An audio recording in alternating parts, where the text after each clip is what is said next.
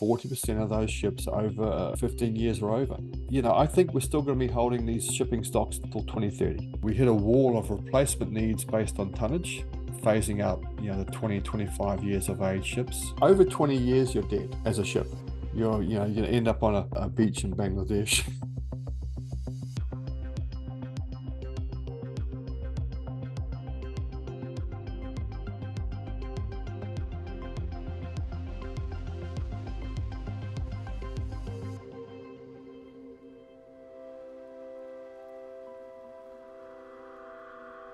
Tankers tanking.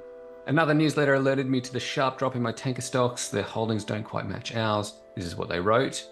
I won't bother going through that. There's a bunch of stocks that are down more than 10, 20%. Any idea what's causing this rout?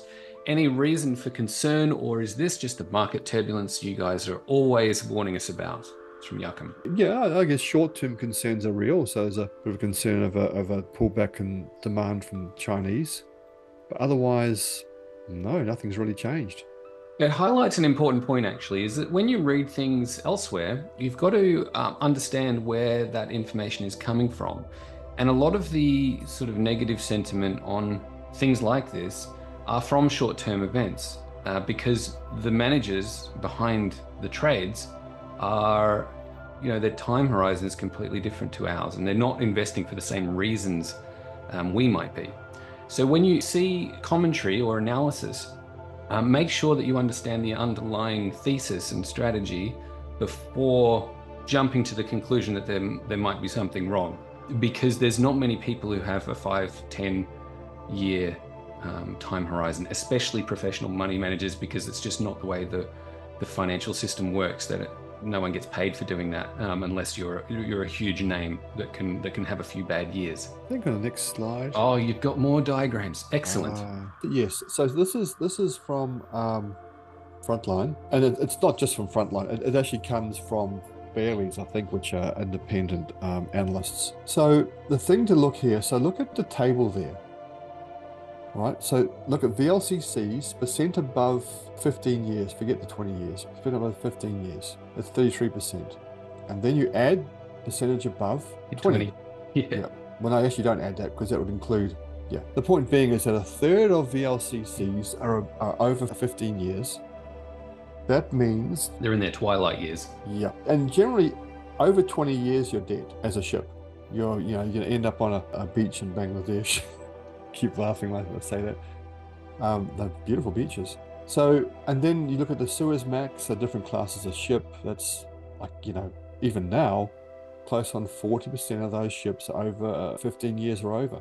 Okay, so then you take into account the new builds versus the scrapping that's going to occur. And the point being is that you're not having any increase. In fact, it's decreases in the supply of these vessels or capacity of these vessels. So we're just not worried at all. It's generally going to be, I think we're still going to be holding these shipping stocks until 2030. Okay, it's only 6 years away. Shit, time goes fast. So we've got a fair way off. All right. And then let's not forget that a few slides ago, we looked at that. The capacity of shipbuilders out there is only about, it's more or less about half of where it was back in 2014, something like that.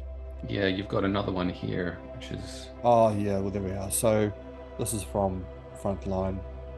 Yeah, so from 24 onwards, and now, we hit a wall of replacement needs based on tonnage, phasing out, the 20, 25 years of age ships. Total yard capacity is down 52% on the number of yards, but in terms of actual capacity, it's down by 40%. Obviously, some of the smaller yards closed down, but the big ones didn't. So that's the basic idea. You can go into the front line. I think this is not the annual report. This is like a presentation they did to an investor conference. But that's the essence of it. It's all there. It's nothing. Nothing new. This hasn't changed at all from where it was at the start of the year, but it just takes, you really got to believe in this stuff. Okay, it's easier holding long-term fundamental view when the stock's going up, but when it goes against you and it's fallen by 30% year to date, it's like, oh, are we doing something wrong? No, we're not.